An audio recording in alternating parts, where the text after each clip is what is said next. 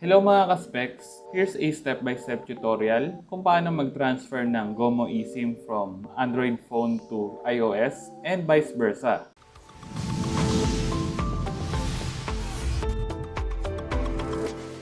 So sa iOS device natin or sa iPhone, pumunta lang tayo sa settings, click nyo yung cellular, and pindutin nyo yung add eSIM.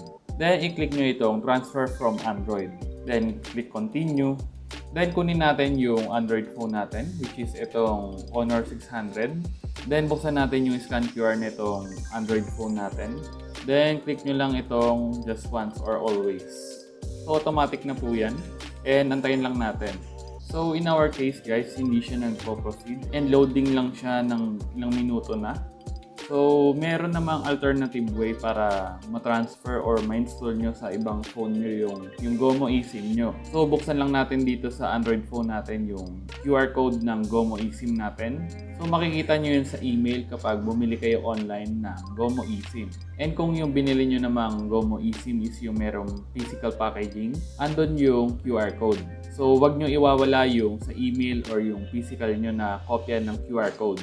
So nandito sa email na to yung kopya natin ng QR code. So bago nyo pala i-scan yung QR code sa iOS device natin, make sure na naka-remove na or naka-delete na yung eSIM natin sa Android phone natin.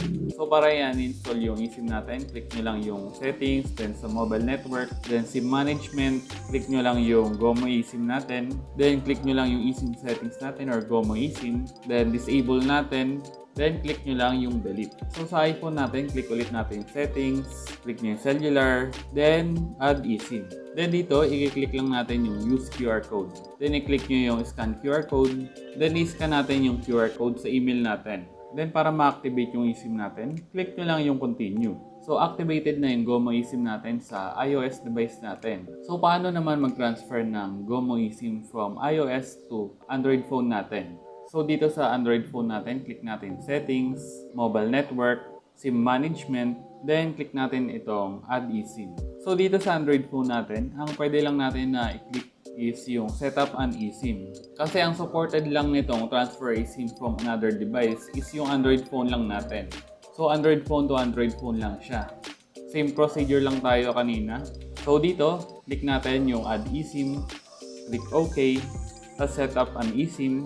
So pagkabukas natin ng email, pwede na natin i-scan yung QR code. So click lang natin yung setup, then click lang natin settings. Then dito, kailangan natin siya i-enable.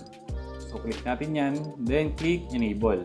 Then activated na yung eSIM natin dito sa Android phone.